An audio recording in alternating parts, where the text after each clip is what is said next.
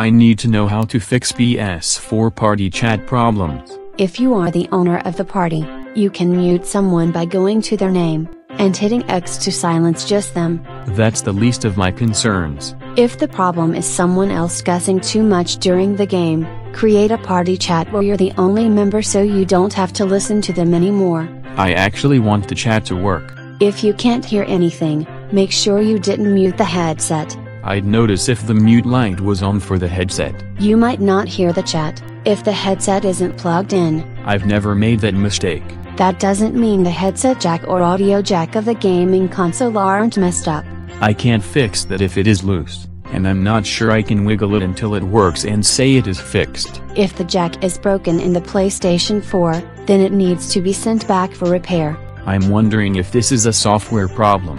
You're always welcome to reboot the console and see if that fixes it. That's always the first suggestion, when you suggest it is a software problem. I'm assuming you didn't set the chat audio to 0 and game audio to full, and then wonder why you can't hear anyone. I haven't done that. I don't know how to do that. Under Party Settings, you have the Adjust Audio Mix.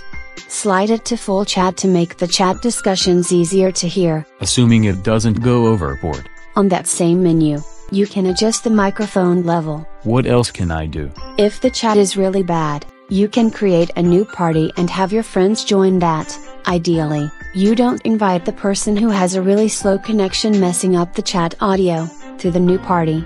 No one is going to admit to having the slowest connection. You can ask whomever is broadcasting the gameplay or downloading a lot in the background to stop so that the chat and gaming session has more bandwidth. That'll fix the lag sometimes.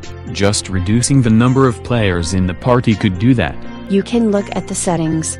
If it says voice chat is disabled, that's why you can't communicate with them. On that same screen, I'd see if someone is muted. They'll be able to tell you if you're muted too. Not if I can't hear them.